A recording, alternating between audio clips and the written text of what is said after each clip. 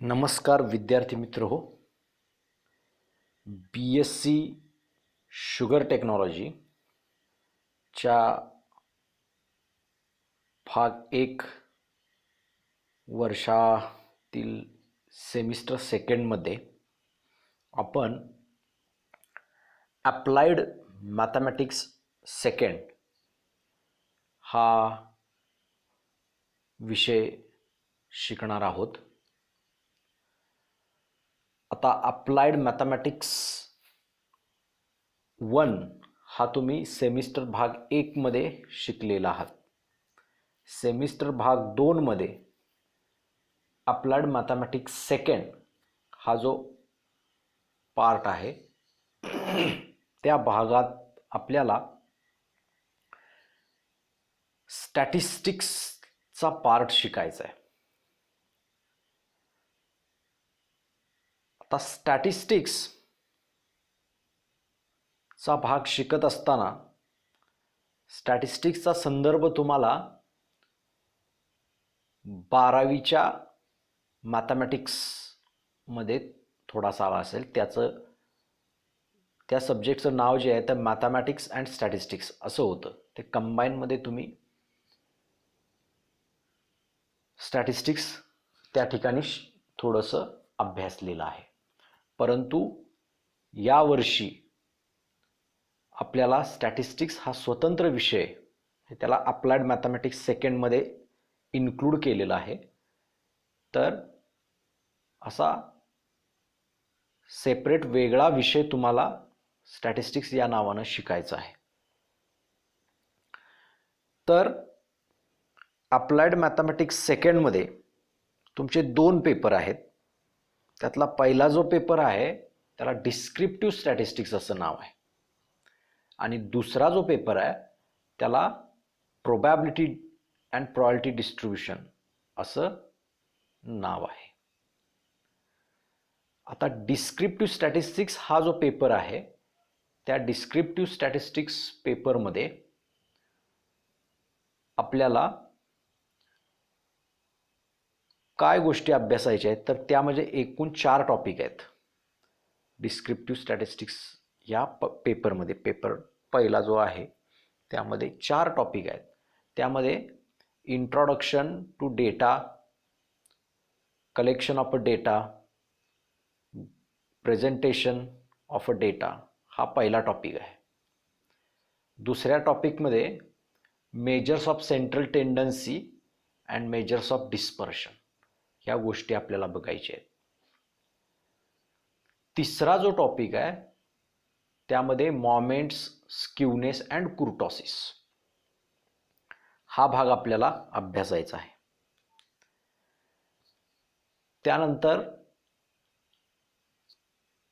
चौथा जो टॉपिक आहे त्यामध्ये आपल्याला कोरिलेशन अँड रिग्रेशन हा भाग बघायचा आहे. म्हणजे अप्लाइड मॅथमॅटिक्स सेकंडमध्ये 2 पेपर आहेत. त्यातला पहिला पेपर डिस्क्रिप्टिव्ह स्टॅटिस्टिक्स जो आहे त्यामध्ये कोणत्या गोष्टी इन्क्लूड केलेल्या आहेत हे आपण पहिल्यांदा समजून घेतलं.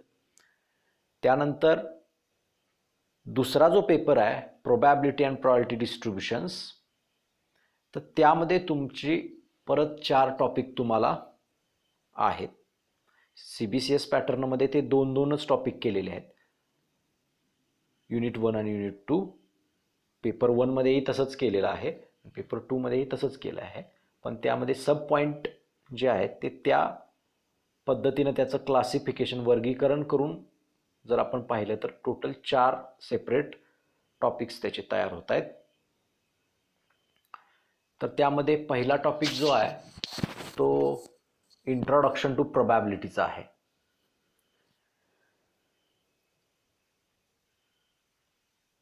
दुसरा टॉपिक जो आहे तो कंडिशनल प्रोबॅबिलिटी आणि इंडिपेंडन्सचा आहे, इंडिपेंडन्स ऑफ इव्हेंट्स. त्यानंतर तिसरा टॉपिक जो आहे तो random variables, then expectation of random variables या सगळ्या गोष्टींचा त्यामध्ये अंतर्भाव आहे. आणि चौथा टॉपिक जो आहे त्यामध्ये सम स्टँडर्ड डिस्क्रीट प्रोबॅबिलिटी डिस्ट्रीब्युशन्स आपल्याला त्यामध्ये बघायचे आहे. अशा पद्धतीनं पेपर दुसरा जो आहे प्रोबॅबिलिटी अँड प्रोबॅबिलिटी डिस्ट्रीब्युशन, त्यामध्ये ह्या 4 टॉपिकचा अंतर्भाव केलेला आहे. आता आपण सर्वप्रथम डिस्क्रिप्टिव्ह स्टॅटिस्टिक्स जो आहे पेपर पहिला, त्यामधला अप्लाइड मॅथमॅटिक्स सेकंडमधला पहिला जो पेपर आहे डिस्क्रिप्टिव्ह स्टॅटिस्टिक्स, तो पहिल्यांदा त्यातला काही भाग आपण पहिल्यांदा अभ्यासासाठी घेणार आहोत. तर यामध्ये पहिला जो टॉपिक आहे तो म्हणजे introduction to data, collection of data and presentation of data, ह्या गोष्टींचा अंतर्भाव या पहिल्या टॉपिकमध्ये केलेला आहे. आता हे सगळं अभ्यासत असताना किंवा स्टॅटिस्टिक्स मूळ हा विषय अभ्यासत असताना आपल्याला प्रथम स्टॅटिस्टिक्स म्हणजे काय हे तर माहीत असायला पाहिजे. आता स्टॅटिस्टिक्स सोप्या भाषेत सांगायचं झालं तर स्टॅटिस्टिक्स म्हणजे काय, तर it is a science of knowing the some unknown things, म्हणजे ज्या गोष्टी आपल्याला माहीत नाही आहेत त्या गोष्टी माहीत करून घेणं, परंतु काहीतरी माहितीच्या आधारावरून, ती माहिती कसली असेल तर तुमची नंबर फॉर्ममध्ये माहिती असेल, न्यूमरिकल इन्फॉर्मेशनवरून तुम्हाला एखादी गोष्ट अननोन आहे तर ती अननोन गोष्ट नोन करून समजून घ्यायची असेल, माहीत करून घेण्याचं जे सायन्स आहे त्याला आपण स्टॅटिस्टिक्स म्हणतो मुळामध्ये. इन जनरल कॉमन सेन्स आपण पाहिला तर अशा पद्धतीनं स्टॅटिस्टिक्स म्हणजे उदाहरणार्थ मी समजा एखाद्या क्लासमध्ये गेलो, वर्गामध्ये, आणि पहिल्यांदाच गेलो, त्या वर्गातल्या मुलांबद्दल मला काहीच माहिती नाही, आणि मला जर समजा त्या मुलांच्या बद्दल काही गोष्टी माहीत करून घ्यायच्या असतील तर मी त्यांच्याकडून काहीतरी न्यूमरिकल फॉर्ममध्ये माहिती गोळा केली, आणि ती गोळा केलेली माहितीवरती किंवा त्या माहितीवरून मला ज्या गोष्टी माहीत नव्हत्या त्या जर माहीत झाल्या तर ते जे काय मी टेक्निक वापरलं, ते जे काय मी शास्त्र वापरलं, तर त्याला मी स्टॅटिस्टिक्स असं म्हणणार. म्हणजेच what is the definition of statistics? It is a study of methods and procedures for collection, classification, त्याला टॅब्युलेशन किंवा प्रेझेंटेशन असं म्हणतात, analysis and interpretation of data to make scientific inferences from it. म्हणजेच statistics हा अशा प्रकारच्या मेथड्सचा अभ्यास आहे किंवा प्रोसिजरचा अभ्यास आहे की त्या मेथड्स कशासाठी वापरल्या जातात, तर कलेक्शन म्हणजे डेटा गोळा करणं. डेटा म्हणजे काय, तर numerical information about the study. तुमच्या अभ्यासासाठी जी काय नंबरच्या फॉर्ममध्ये इन्फॉर्मेशन आपण गोळा करतो किंवा इन्फॉर्मेशन मिळवतो, त्या इन्फॉर्मेशनला आपण काय म्हणतो, डेटा असं म्हणतो. तर त्या डेटाचं कलेक्शन, त्यानंतर तो जो मिळालेला डेटा आहे त्याचं क्लासिफिकेशन म्हणजे त्याचं टेबलमध्ये रूपांतर करणं, त्याला आपण टॅब्युलेशन म्हणतो, जेणेकरून तो डेटा आपल्याला पटदिशी कळेल विदिन अ 1 सेकंड किंवा within a short time period. We can easily understand the data. त्यासाठी आपण जे टॅब्युलेशन करतो किंवा त्याचं प्रेझेंटेशन करतो, ग्राफिकल रिप्रेझेंटेशन त्याला आपण असं म्हणतो.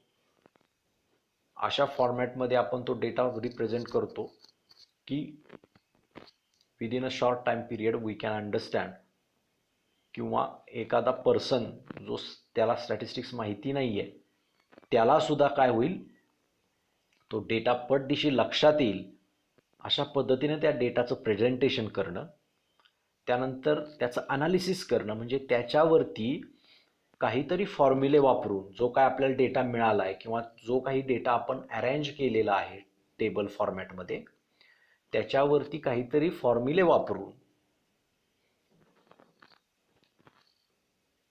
त्याला सॉल्व करणं, दॅट इज ॲनालिसिस त्याला आपण म्हणतो. आणि मग फॉर्म्युला वापरून काहीतरी आपण तिथं कॅल्क्युलेशन केलेलं आहे, त्याच्यावरून आपल्याला काहीतरी व्हॅल्यू मिळालेली आहे कॅल्क्युलेशनवरून, त्या व्हॅल्यूचं योग्य प्रकारे इंटरप्रिटेशन करणं, योग्य प्रकारे त्याचं आपल्या डेली लाईफच्या भाषेमध्ये त्याचं रूपांतर करणं, त्यालाच आपण इंटरप्रिटेशन म्हणतो.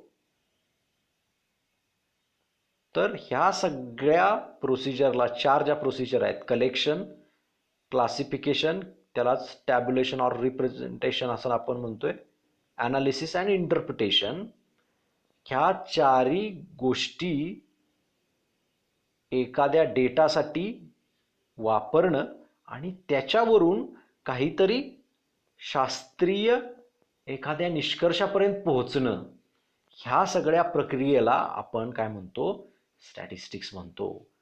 In simple language, it is a science of collection, presentation or tabulation, analysis and interpretation of a numerical data is nothing but a statistics. म्हणजे मला समजा क्लासमध्ये गेल्यानंतर विद्यार्थ्यांच्याबद्दल किंवा विद्यार्थ्यांची हाईट आपण गृहीत धरली, तर विद्यार्थ्यांची क्लासमध्ये समजा 50 विद्यार्थी आहेत आणि त्या 50 विद्यार्थ्यांची ॲव्हरेज हाईट किती आहे, सरासरी उंची किती, हे माहीत नाही आहे मला. आणि मग मला जर ते माहीत करून घ्यायचं असेल तर मी काय करणार, तर वर्गातल्या सगळ्या विद्यार्थ्यांची उंची मोजणार. म्हणजे मी काय करतोय, डेटा कलेक्ट करतोय. तो डेटा मी कलेक्ट करणार. तो डेटा मी समजा टेबल फॉर्मॅटमध्ये लिहिला, म्हणजे 150 ते 160 सेंटीमीटर उंची असणारे विद्यार्थी किती, म्हणजे त्याचा फ्रिक्वेन्सी टेबल तयार केला, किंवा 160 सेंटीमीटर ते 170 सेंटीमीटर उंची असणारे विद्यार्थी किती, त्याचा नंबर मी पुढे लिहिला. अशा पद्धतीने टॅब्युलर फॉर्मॅटमध्ये मी डेटा अरेंज केला. त्यानंतर मला काय काढायचे, ॲव्हरेज हाईट काढायचे. तर ॲव्हरेजचा जो काही फॉर्म्युला असेल ॲव्हरेज काढण्याचा, तो फॉर्म्युला मी त्या डेटावरती वापरला आणि जो काय व्हॅल्यू मला मिळाली त्याच्यावरून मी काय म्हटलं, average height of the students in the class is equal to, जे काय आपलं उत्तर आलेलं असेल ते उत्तर सेंटीमीटरमध्ये. तर हे सगळं मी करत असताना तिथं 4 प्रोसिजर वापरल्या, म्हणजे collection, classification, analysis and interpretation of a data.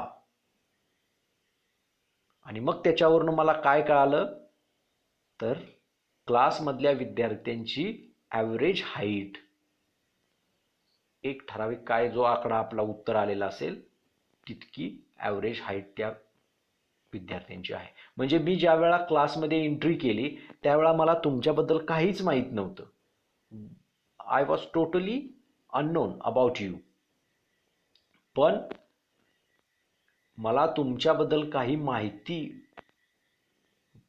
मिळवण्यासाठी किंवा मला तुम्हाला माहीत करून घेण्यासाठी किंवा तुमची ॲव्हरेज हाईट मला माहीत करून घ्यायची होती, म्हणून मी जे टेक्निक वापरलं ह्या 4 प्रोसिजर किंवा 4 गोष्टींचं, that is nothing but the statistics. त्याला आपण काय म्हणतो, स्टॅटिस्टिक्स असं म्हणतो. आणि त्याच्यावरनं काय करतो आपण, निष्कर्षपर्यंत येतो, एका शास्त्रीय निष्कर्षापर्यंत येतो. ह्या सगळ्या प्रोसिजरला आपण काय म्हणतोय, स्टॅटिस्टिक्स असं म्हणतोय. तर मग आता हे स्टॅटिस्टिक्स जे असतं ते स्टॅटिस्टिक्स म्हणजे ही जी प्रोसिजर आपण करतो, ह्या प्रोसिजर किंवा त्याला आपण जे स्टॅटिस्टिक्स म्हणतोय, या स्टॅटिस्टिक्स दोन प्रकारची असतात. डिस्क्रिप्टिव्ह स्टॅटिस्टिक्स आणि इन्फरन्शियल स्टॅटिस्टिक्स. डिस्क्रिप्टिव्ह स्टॅटिस्टिक्स जी असतात ती डेटा डिस्क्राईब करण्यासाठी वापरली जातात. आता नुसता डेटा डिस्क्राईब केला तर त्याच्यावरनं सुद्धा तुम्हाला काही गोष्टी सांगता येतात, निष्कर्ष सांगता येतात, परंतु कधी कधी तसं होत नाही. त्यावेळेला तुम्हाला अजून पुढं निष्कर्षापर्यंत पोहोचण्यासाठी म्हणजे इन्फरन्स काढण्यासाठी ज्या गोष्टी लागतात त्याला इन्फरन्शियल स्टॅटिस्टिक्स असं आपण म्हणतो. म्हणजे डिस्क्रिप्टिव्ह स्टॅटिस्टिक्स आणि इन्फरन्शियल स्टॅटिस्टिक्स असे दोन भाग त्याचे पडतात. हे फक्त आपण स्टॅटिस्टिक्स म्हणजे काय त्याच्याबद्दल आपण माहीत करून घेतोय. आता हे जे डिस्क्रिप्टिव्ह स्टॅटिस्टिक्स आहे त्यामध्ये कुठल्या कुठल्या गोष्टी इन्क्लूड आहेत बघा. तर डिस्क्रिप्टिव्ह स्टॅटिस्टिक्समध्ये collection, organisation, summarisation and presentation of data. आता कलेक्शनची गोष्ट ही इन्फरन्शियल स्टॅटिस्टिक्समध्ये सुद्धा लागते, पण पहिल्यांदा आपण डेटा आपल्याकडं डिस्क्राईब तुम्हाला करायचं असेल तर पहिल्यांदा तुम्हाला डेटा तुमच्याकडे असणं आवश्यक आहे. सो कलेक्शन म्हणजे डेटा गोळा करणं, ऑर्गनायझेशन म्हणजे तो डेटा व्यवस्थित ऑर्गनाईज करणं, टॅब्युलर फॉर्ममध्ये असेल किंवा आणखी फ्रिक्वेन्सी डिस्ट्रीब्युशन टाईपमध्ये असेल. समरायझेशन करणं म्हणजे ज्या गोष्टी आपल्याला नको आहेत, अनवॉन्टेड डेटा जो गोळा झालेला आहे तो बाजूला करून जो डेटा आपल्याला गरजेचा आहे किंवा वेगवेगळ्या ठिकाणी तो डेटा असा आहे तर तो एकत्रित करणं त्याला समरायझेशन आपण म्हणतो. आणि प्रेझेंटेशन म्हणजे तो परत तुमच्या टॅब्युलर फॉर्मॅटमध्ये किंवा तुमच्या ग्राफिकल फॉर्मॅटमध्ये, ग्राफच्या फॉर्मॅटमध्ये तुम्ही ज्या वेळा तो डेटा अरेंज करता त्यावेळा आपण त्याला काय म्हणतो, presentation of a data. So descriptive स्टॅटिस्टिक्समध्ये काय होतं तर तुम्हाला तो डेटा एखादा न्यूमरिकल इन्फॉर्मेशन जी आपण त्याला डेटा म्हणतो ती न्यूमरिकल इन्फॉर्मेशन किंवा तो डेटा बद्दल तुम्हाला फक्त डिस्क्राईब करायचं असेल, what's going on in the data, what data says, तर आपण तिथं डिस्क्रिप्टिव्ह स्टॅटिस्टिक्स वापरतो. याच्या व्यतिरिक्त अजून जे ॲनालिसिसला टूल वापरतो आपण म्हणजे ॲनालिसिस पार्ट जो आहे, चार मी स्टेप सांगितल्या, कलेक्शन, प्रेझेंटेशन, ॲनालिसिस आणि इंटरप्रिटेशन. तर ॲनालिसिस पार्टमध्ये अजून ज्या काही गोष्टी आहेत, measures of central tendency, measures of dispersion, skewness, kurtosis, हा जो पार्ट आहे that also comes under the descriptive statistics because these things also used to describe the data. आणि इन्फरन्शियल स्टॅटिस्टिक्समध्ये कोणत्या गोष्टींचा अंतर्भाव होतो तर मेकिंग इन्फरन्सेस म्हणजे तुम्हाला ज्या काय व्हॅल्यूज मिळाल्या आहेत किंवा तुम्ही एखादा ग्राफ काढलेला आहे त्याच्यावरून तुम्ही इन्फरन्स करणं, दॅट इज इन्फरन्शियल स्टॅटिस्टिक्स त्याला आपण म्हणतो. हायपोथेसिस टेस्टिंग रिसर्च मेथोडॉलॉजीमध्ये जास्त पद्धतीने ह्या इन्फरन्शियल स्टॅटिस्टिक्सचा वापर होतो. हायपोथेसिस टेस्टिंगमध्ये तुम्ही एखादं स्टेटमेंट करायचं डेटाबद्दल की डेटावरून आम्हाला हे लक्षात येते, मग तुम्ही तो डेटा तपासायचा आणि मग त्याच्यावरून ठरवायचं की आपला हायपोथेसिस करेक्ट होता की रॉंग होता आणि त्याच्यावरून जो काही करेक्ट डिसिजन असेल तिथं येऊन पोचायचं, that is hypothesis testing. And डिटरमायनिंग relationship म्हणजे तुमचे दोन डेटा सेट असतील किंवा दोनपेक्षा जास्त डेटा सेट्स असतील तर त्यामध्ये काही रिलेशनशिप आहे का एकमेकांमध्ये, that is nothing but the डिटरमायनिंग relationship. Next making predictions म्हणजे तुमच्याकडं आत्ताचा डेटा असा आहे काही ठराविक पद्धतीचा, फ्युचरमध्ये त्यामध्ये कोणत्या प्रकारे आणि किती बदल होतील, that is nothing but a predictions. त्यामुळे अशा पद्धतीनं प्रेडिक्शन करणं हे सुद्धा तुमचं इन्फरन्शियल स्टॅटिस्टिक्स मध्ये इन्क्लूड होतं. म्हणजे अशा पद्धतीनं स्टॅटिस्टिक्सचा तुमच्या डिस्क्रिप्टिव्ह स्टॅटिस्टिक्स अँड इन्फरन्शियल स्टॅटिस्टिक्स या गोष्टी उपयोगी पडतात. आता स्टॅटिस्टिक्स तुम्ही म्हणाल तर त्याचा स्कोप कुठे कुठं आहे किंवा कुठं कुठं स्टॅटिस्टिक्स वापरतात. तर statistics used in every field. म्हणजे सोशल सायन्समध्ये स्टॅटिस्टिक्स वापरतात, मॅनेजमेंट फील्डमध्ये स्टॅटिस्टिक्स वापरतात, त्यानंतर बायोलॉजिकल सायन्सेसमध्ये स्टॅटिस्टिक्स वापरतात, इकॉनॉमिक्समध्ये स्टॅटिस्टिक्स वापरतात. अशा बऱ्याचशा गोष्टींमध्ये सायन्सशी रिलेटेड बऱ्याचशा गोष्टींमध्ये स्टॅटिस्टिक्स वापरलं जातं. म्हणजे सोशल सायन्समध्ये म्हणायला गेलात तर बऱ्याचशे सर्वेज आहेत समाजामधली एखादी गोष्ट तुम्हाला माहीत करून घेण्यासाठी, किंवा सोशिओ इकॉनॉमिक सर्वे ज्याला आपण म्हणतो, तर त्या पद्धतीचे सर्वे जे केले जातात तर त्या ठिकाणी स्टॅटिस्टिक्स वापरलं जातं. बायोलॉजिकल सायन्सेसमध्ये सुद्धा बऱ्याच ठिकाणी स्टॅटिस्टिक्स वापरलं जातं. एखादा ड्रग किंवा एखादं इंजेक्शन किंवा एखादी ट्रीटमेंट इफेक्टिव्ह आहे की नाही हे तुम्हाला जर चेक करायचं असेल तर त्या ठिकाणी काय करतो आपण, स्टॅटिस्टिक्सची मदत घेतो. त्यानंतर मॅनेजमेंट फील्डमध्ये तुम्हाला जर डिसिजन घ्यायचे असतील, डिसिजन मेकिंग करायचं असेल तर तिथं सुद्धा स्टॅटिस्टिक्स वापरलं जातं. त्याला आपण ऑप्टिमायझेशन टेक्निक म्हणतो. मॅनेजमेंटचा सगळ्यात मोठा रोल कुठं येतो, तर तुम्हाला काय करायचं असते, एखाद्या इंडस्ट्रीमध्ये तुम्ही ज्या वेळा काम करत असता त्यावेळा तुम्हाला तुमची एखाद्या प्रोडक्शनची कॉस्ट मिनिमम असली पाहिजे आणि प्रॉफिट मॅक्सिमम असायला पाहिजे, अशा पद्धतीची कंडिशन असते. तर तुम्ही तो प्रॉफिट मॅक्सिमम करण्यासाठी आणि कॉस्ट मिनिमम करण्यासाठी काही तुमचे प्रोग्रॅमिंग प्रॉब्लेम्स किंवा ऑप्टिमायझेशन टेक्निक असं आपण त्याला म्हणतो ते वापरता आणि मग त्या पद्धतीचे तुम्ही डिसिजन घेता.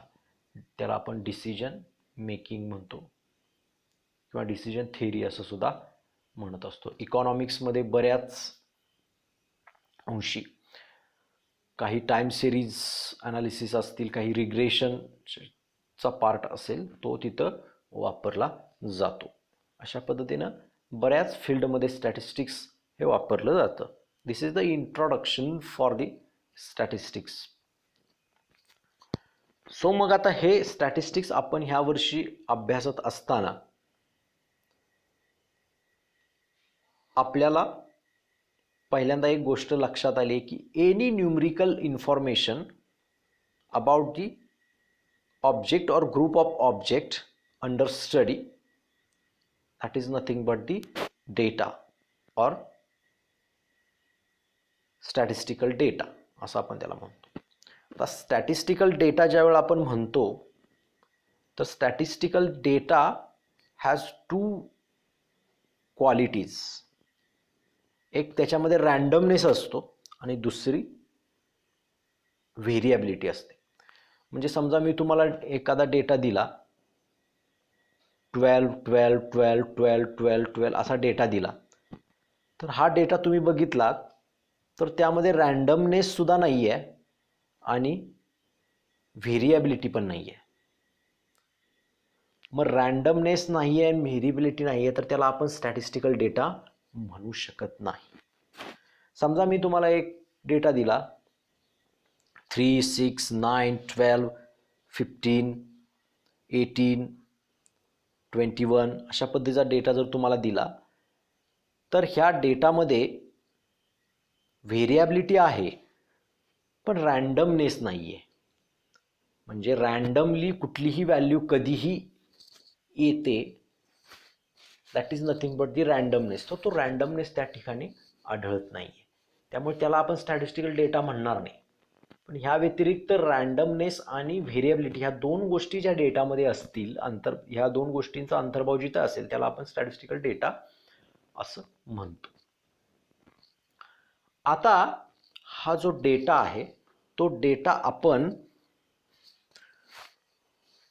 कुठल्या सोर्सकडून कलेक्ट करतोय, त्या सोर्सवरून आपल्या डेटाचे दोन टाइप्स पडतात.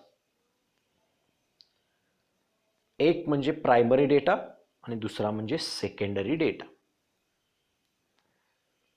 आता प्रायमरी डेटा म्हणजे काय, तर एखादा रिसर्चर किंवा इन्व्हेस्टिगेटर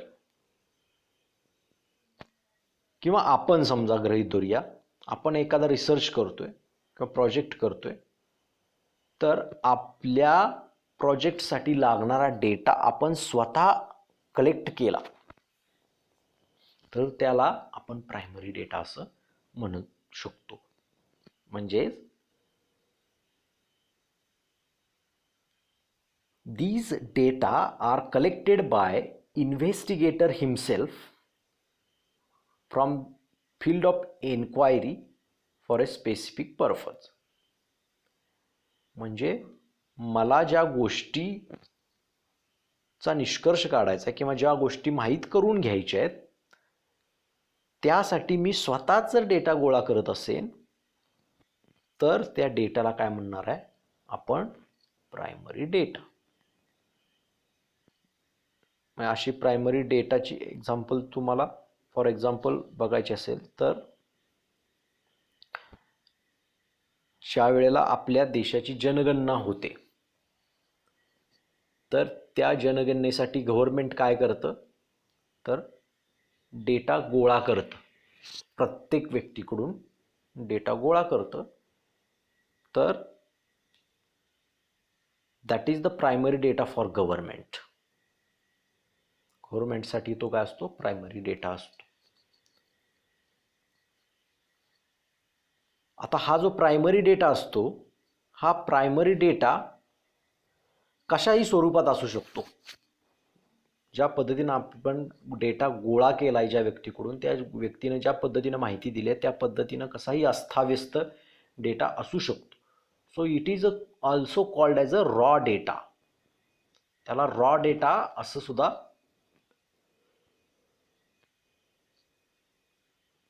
नाव आहे प्रायमरी डेटाला.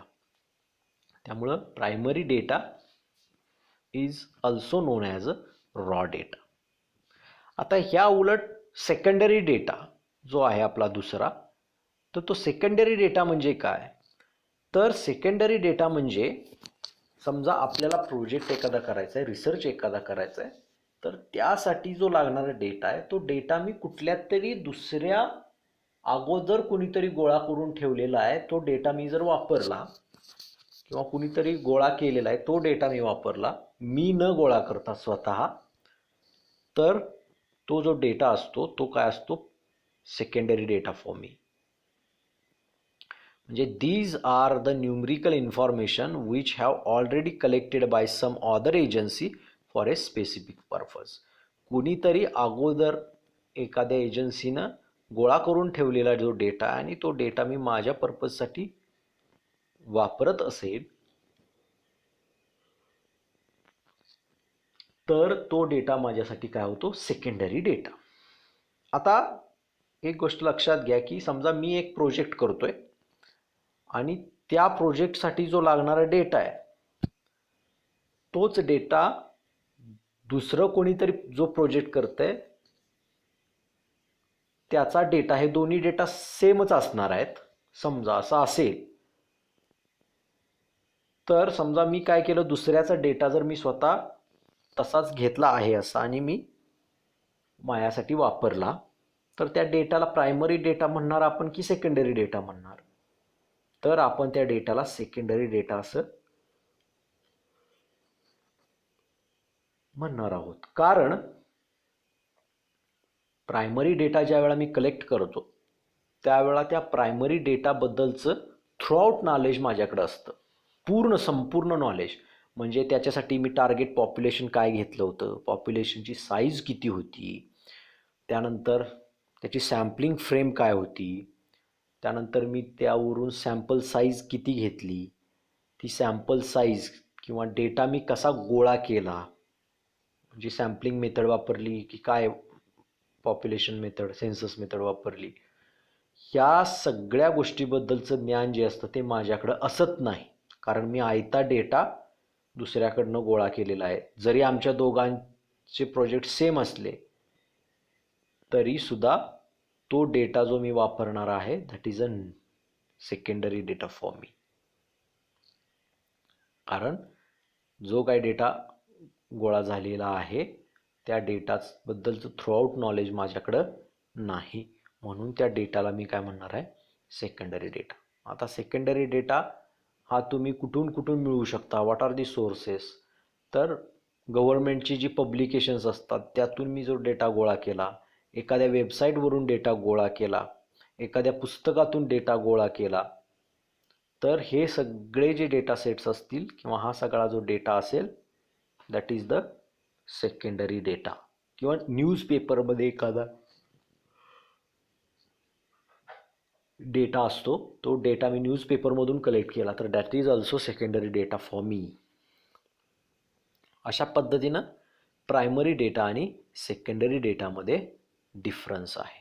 आता हा जो सेकंडरी डेटा जो आहे तो सेकंडरी डेटा हा कधी कधी टॅब्युलेटेड फॉर्ममध्ये असेल, त्याचं अजून कुठल्या तरी फॉर्मॅटमध्ये रिप्रेझेंटेशन केलेलं असेल, किंवा असाच आहे असा रॉ टाईपमध्ये असेल, असू शकतो त्या पद्धतीनं. सो त्याला आपण फिनिश्ड प्रॉडक्ट असं सुद्धा म्हणू शकतो, सेकंडरी डेटाला फिनिश्ड प्रॉडक्ट. सो डेटा गोळा करण्यासाठी जो सोर्स आपण वापरतो त्याच्यावरून primary data and secondary data असे दोन टाईप पडतात. मग आता मी जर समजा डेटा प्रायमरी घेणार आहे किंवा सेकंडरी घेणार आहे असं जर मी ठरवलं, तर मग हा जो डेटा आहे तो डेटा नेमका गोळा कसा करायचा, बरोबर ना. पहिल्यांदा मी जर एखादा प्रोजेक्ट किंवा रिसर्च करत असेल तर एक गोष्ट माझ्याकडे डेटा असणं महत्त्वाचं आहे. म्हणजे कलेक्शनची प्रोसिजर जी स्टार्ट होते, कुठल्याही रिसर्च स्टार्ट होतो त्यासाठी जो मला काही न्यूमरिकल डेटा लागणार आहे, स्टॅटिस्टिकल डेटा लागणार आहे, तो स्टॅटिस्टिकल डेटा गोळा कसा करायचा, मग हाऊ टू कलेक्ट डेटा असा प्रश्न प्रत्येकासमोर उभा राहतो. आता हा जो डेटा आहे तो डेटा दोन प्रकारे गोळा केला जातो. त्यामध्ये पहिली जी मेथड आहे that is nothing but a census method, त्याला सेन्सस मेथड आपण असं म्हणतो. आणि दुसरी जी मेथड आहे त्याला आपण सॅम्पलिंग मेथड असं म्हणतो. आता सेन्सस मेथड म्हणजे काय, what is a census method? The collection of data on all the individuals under study that is a whole population.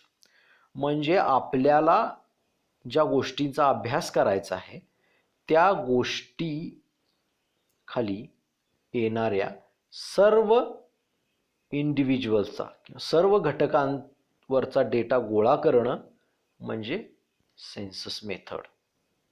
म्हणजे आपल्याला सेन्सस मेथडचं एक्झाम्पल द्यायचं झालं तर पॉप्युलेशन सेन्सस असतो, that is a big example for census method.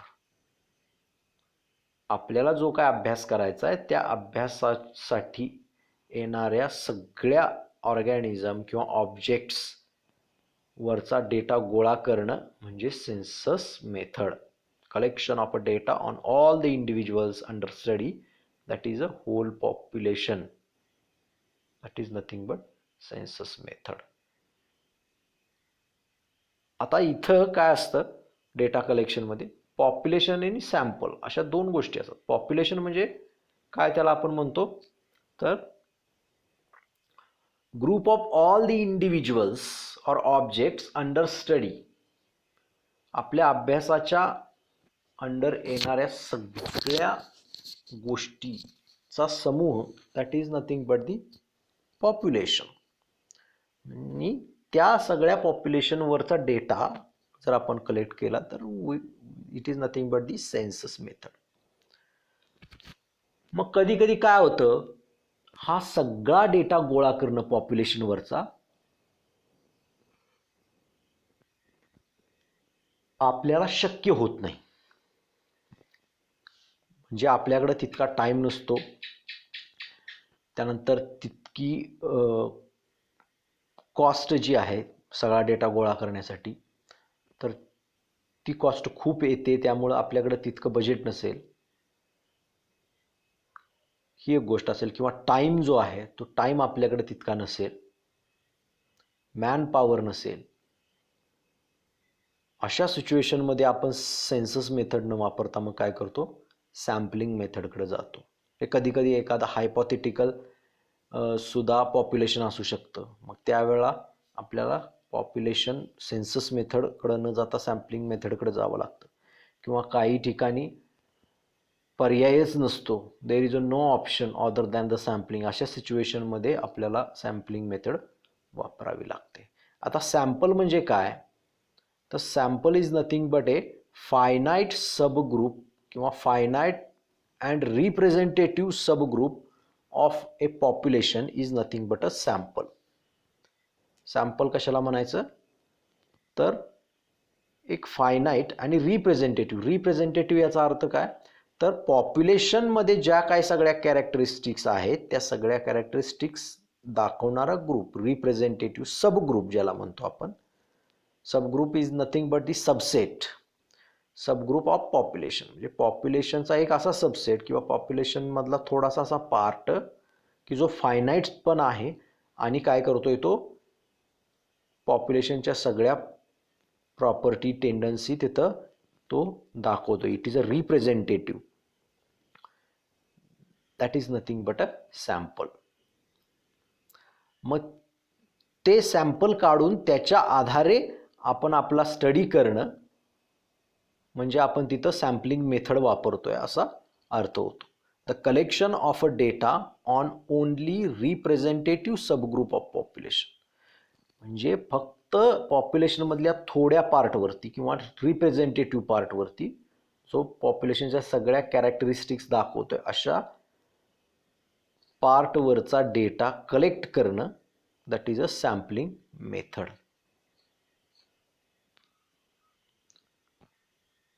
So मग हा जो data आहे त्याची डेफिनेशन मी वरती सांगितल्याप्रमाणे, any numerical information about characteristics under study, that is nothing but data.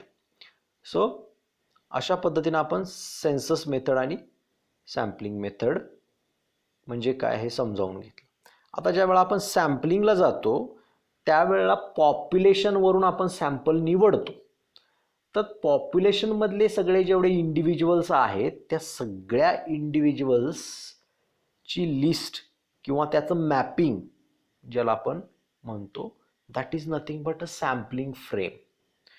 Sampling frame कुणाला म्हणायचं आपण, तर समजा मला डेटा गोळा करायचा आहे आणि पर्टिक्युलर व्यक्तीकडून डेटा गोळा करायचा आहे, रँडमली समजा असेल किंवा अजून कुठल्या मेथड्स आहेत त्यानुसार, तर तो डेटा गोळा करत असताना मला त्या इंडिव्हिज्युअल बद्दलची माहिती असणं गरजेचं आहे किंवा पॉप्युलेशनमधल्या सगळ्याच इंडिव्हिज्युअल्सवरची माहिती माझ्याकडं असणं गरजेचं आहे, की जेणेकरून माहिती इन द सेन्स लिस्ट, कोणकोणते इंडिव्हिज्युअल्स त्यामध्ये आहेत आणि नंतर जे कॅरेक्टरिस्टिक आपल्याला स्टडी करायचा आहे त्याच्यावरचा डेटा आपण गोळा करतो. पण तो कुणाकडचा गोळा करायचा, त्यासाठी मला आधी काय पाहिजे, तुमच्या टोटल पॉप्युलेशनचं मॅपिंग किंवा लिस्ट पाहिजे. त्याला आपण सॅम्पलिंग फ्रेम असं म्हणतो. त्या सॅम्पलिंग फ्रेमवरून मग आपल्याला काय होतं, सॅम्पलिंग मेथडमध्ये डेटा कलेक्शन करायला सोपं पडतं. म्हणजे पॉप्युलेशनमध्ये 100 लोक आहेत, 100 लोकांमधले माझ्याकडं रँडमली ह्या नंबरचा व्यक्ती, या नंबरचा व्यक्ती, या नंबरचा व्यक्ती सिलेक्ट झाला, पण त्या नंबरचा व्यक्ती नेमका आहे कोण हा माहीत पाहिजे ना, त्याची लिस्ट आपल्याकडे ऑलरेडी असायला हवी. मग त्याच्यावरचा डेटा मला गोळा करायचा असेल तर त्याच्याशी मी संपर्क कसा साधणार. सो त्याचा कॉन्टॅक्ट नंबर किंवा अजून काही कॉन्टॅक्ट डिटेल असतील, त्याचा पत्ता असेल, ह्या गोष्टींची सगळ्या list, that is a sampling frame असं आपण त्याला म्हणणार आहोत. जे अशा पद्धतीनं ज्यावेळा आपण सॅम्पलिंग मेथडकडे जातो त्यावेळा आपल्याला ते सॅम्पलची साईज माहीत असणं एक महत्त्वाचं आहे. कितीचं सॅम्पल आपल्याला गोळा करायचं आहे आणि मग तो कुठल्या मेथडनी गोळा करायचा आहे. So it is about the census method and sampling method. मग आता ज्यावेळा आपण डेटा सेन्सस मेथडनी गोळा करतो त्यावेळा नो प्रॉब्लेम, म्हणजे सगळ्याच इंडिव्हिज्युअलचा डेटा आपण गोळा करणार आहोत, त्यामुळं there is a no problem. But whenever we go for the methods of sampling, तर त्या कुठल्या कुठल्या मेथड्स आहेत सॅम्पलिंगच्या, तर there are 2 types of methods of sampling. एक नॉन रँडम सॅम्पलिंग आणि दुसरी रँडम सॅम्पलिंग. आता नॉन रँडम सॅम्पलिंग कुणाला म्हणायचं, तर ज्या वेळा आपण सॅम्पल ऑब्झर्वेशन्स किंवा सॅम्पलिंग वरून स्टडी करत असतो त्यावेळा त्यामध्ये काही इरर येण्याचे चान्सेस असतात, तर त्याला आपण नॉन रँडम सॅम्पलिंग असं म्हणतो. इरर म्हणजे काय, थोडासा निग्लिजिबल इरर येण्याचे जिथं चान्सेस असतात that is a non random sampling. पण जिथं काहीही इरर येण्याची शक्यता नसते त्याला आपण रँडम सॅम्पलिंग असं म्हणतो. तर आता ह्या नॉन रँडम सॅम्पलिंगमध्ये कोणकोणत्या मेथड्स आहेत इन्क्लूड झालेल्या, तर देर आर 4 मेथड्स. पहिली कन्व्हिनियन्स सॅम्पलिंग, दुसरी जजमेंट सॅम्पलिंग, तिसरी कोटा सॅम्पलिंग आणि चौथी स्नोबॉल सॅम्पलिंग. तर यातली जी पहिली सॅम्पलिंग मेथड आहे कन्व्हिनियन्स सॅम्पलिंग, हे आपण पहिल्यांदा बघूया. कन्व्हिनियन्स सॅम्पलिंग म्हणजे काय, तर जेव्हा आपण एखादा रिसर्च करत असतो, एखादा प्रोजेक्ट करत असतो, त्या रिसर्चमध्ये किंवा प्रोजेक्टमध्ये आपल्याला ॲप्रॉक्सिमेट रिझल्ट हवे असतात, म्हणजे फारसे ॲक्युरेट किंवा प्रिसाइज रिझल्ट्स आपल्याला नको असतात किंवा गरजेचे नसतात.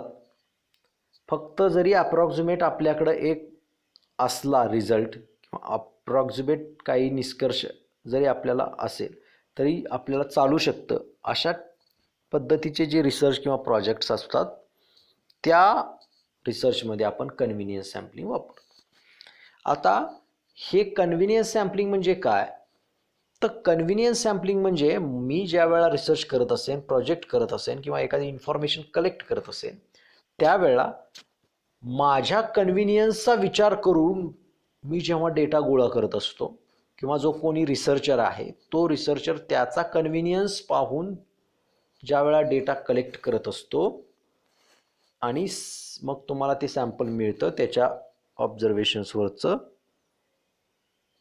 त्यावेळेला त्या सॅम्पलिंग मेथडला आपण कन्व्हिनियन्स सॅम्पलिंग मेथड असं म्हणतो. I always see my convenience or researcher always see his convenience असं ज्या वेळा असतं त्यावेळा तिथं कन्व्हिनियन्स सॅम्पलिंग आहे असं आपण म्हणतो. आता हे नॉन रँडम सॅम्पलिंग जे आहे त्याला नॉन प्रोबॅबिलिटी सॅम्पलिंग असंही म्हणतात आणि रँडम सॅम्पलिंग जे आहे त्याला प्रोबॅबिलिटी सॅम्पलिंग असं सुद्धा म्हणतात. नॉन प्रोबॅबिलिटी सॅम्पलिंग या अर्थानं कुठल्या अर्थानं म्हणतात, तर एखादा इंडिव्हिज्युअल तुमच्या सॅम्पलमध्ये सिलेक्ट होण्याच्या प्रोबॅबिलिटीचा कुठेही विचार त्यामध्ये केला जात नाही, तेव्हा तिथं नॉन प्रोबॅबिलिटी मेथड्स असं आपण त्याला म्हणतो. या उलट तुमच्या पॉप्युलेशनमधला कुठला युनिट तुमच्या सॅम्पलमध्ये येणार आहे हे प्रोबॅबिलिटीवर ज्या वेळा अवलंबून असतं that is a probability sampling. तर आता आपण कन्व्हिनियन्स सॅम्पलिंग पाहिलं, तसं जजमेंट सॅम्पलिंग म्हणजे काय, तर जजमेंट सॅम्पलिंग म्हणजे मला जर प्रोजेक्ट करायचा असेल किंवा रिसर्च करायचा असेल किंवा कुणालाही अदर रिसर्चर असेल त्याचा रिसर्च करायचा आहे, तर मला जे काही माझं टार्गेट पॉप्युलेशन आहे त्या टार्गेट पॉप्युलेशनच्या कॅरेक्टरिस्टिक दाखवणारे इंडिव्हिज्युअल्स किंवा दाखवणारा ग्रुप जो असेल तर ते जर मी माझ्या जजमेंटनं ठरवलं की या पर्टिक्युलर ऑब्जेक्टवरचा किंवा इंडिव्हिज्युअलवरचा मी जर डेटा घेतला तर that will be a my proper sample or which can show all the properties of the population. म्हणजे माझ्या जजमेंटवरून मी ठरवतो की हे सॅम्पल आहे आणि हे सॅम्पल काय करते, तुमच्या टोटल पॉप्युलेशनचं रिप्रेझेंटेशन करते. म्हणजे पॉप्युलेशनमधल्या सगळ्या प्रॉपर्टीज ह्या सॅम्पलमध्ये आहेत असं ज्या वेळेला असतं त्यावेळेला ती जी मेथड असते त्याला आपण जजमेंट सॅम्पलिंग म्हणत असतो. माझ्या जजमेंटवरून किंवा रिसर्चरच्या ज्या जजमेंटवरून ते जर सॅम्पल ठरत असेल तर that is a judgement sampling. आता ते जजमेंट कसलं लावायचं, तर ते जजमेंट असं की हा जो ग्रुप आहे किंवा हे जे निवडलेले मी जे निवडतोय individual, that is a representative subgroup of a population. तिसरं जे आहे ते कोटा सॅम्पलिंग. तर कोटा सॅम्पलिंग म्हणजे काय, तर तुमचा जे काय डेटा आहे तो डेटा त्यातल्या काही कॅरेक्टरिस्टिक्सनुसार एका किंवा वेगवेगळ्या कॅरेक्टरिस्टिक्सनुसार वेगवेगळ्या ग्रुप्समध्ये ऑर्गनाईज केला, अरेंज केला. त्याला आपण कोटा असं म्हणतो. एका ग्रुपला आपण कोटा म्हणणार. त्यामध्ये काही सिमिलॅरिटीज डिसिमिलॅरिटीज आहेत, याच्यावरून त्याचे आपण ग्रुप्स तयार केले, त्याला आपण कोटा म्हणतो. आणि त्या प्रत्येक कोटामधून मी आयदर जजमेंट सॅम्पलिंगनं किंवा कन्व्हिनियन्स सॅम्पलिंगनं जर ऑब्झर्वेशन घेतलं तर that will be the quota sampling. त्याला कोटा सॅम्पलिंग असं म्हणायचं. तर quota sampling is equivalent to the stratified sampling in the random sampling section, but in the random sampling section probability is included. त्या ठिकाणी probability include होते. chance of selection of individual तिथं occur होतो. परंतु इथं काय होतं, आपण जजमेंटनं किंवा कन्व्हिनियन्सनं ठरवतो की कोणत्या कोटामधलं कोणतं ऑब्झर्वेशन घ्यायचं आहे ते. ओके, म्हणजे सबग्रुप केले जातात कॅरेक्टरिस्टिक्सनुसार, क्वांटिफिएबल कुठली तरी कॅरेक्टरिस्टिक असेल त्यानुसार, आणि त्या सबग्रुपमधून किंवा कोटामधून आयदर कन्व्हिनियन्स ऑर जजमेंट सॅम्पलिंगने ज्या वेळा डेटा गोळा केला जातो किंवा ऑब्झर्वेशन घेतलं जातं तर त्याला कोटा सॅम्पलिंग असं म्हणायचं. स्नोबॉल सॅम्पलिंग म्हणजे काय, तर ज्या वेळा एखादी कॅरेक्टरिस्टिक्स रेअर असते आणि मला त्यावरचा डेटा गोळा करायचा असतो, त्यावेळा मी काय करतो, पहिल्यांदा ती कॅरेक्टरिस्टिक दाखवणारा एक ऑब्झर्वेशन शोधतो किंवा एक इंडिव्हिज्युअल शोधतो आणि त्या इंडिव्हिज्युअलचा रेफरन्स वापरून, म्हणजे त्या इंडिव्हिज्युअललाच विचारायचं की तुझ्यासारख्या कॅरेक्टरिस्टिक्स दाखवणारे आणखी किती जण आहेत. अशा रेफरल थ्रू आपण ज्या वेळा डेटा गोळा करतो तेव्हा त्याला आपण काय म्हणतो, तर स्नोबॉल सॅम्पलिंग असं म्हणत असतो. So these are the some non probability methods of sampling, और त्यालाच आपण non random methods of sampling असं म्हणतो. कुठल्या कुठल्या आपण नॉन रँडम सॅम्पलिंग मेथड्स पाहिल्या, तर convenience sampling, judgement sampling, quota sampling and snowball sampling. अशा पद्धतीचे आपण नॉन रँडम सॅम्पलिंगच्या मेथड्स पाहिलेल्या आहे. So for today's lecture we are going to stop here. Remaining part will be seen in the next lecture. So for today, thank you.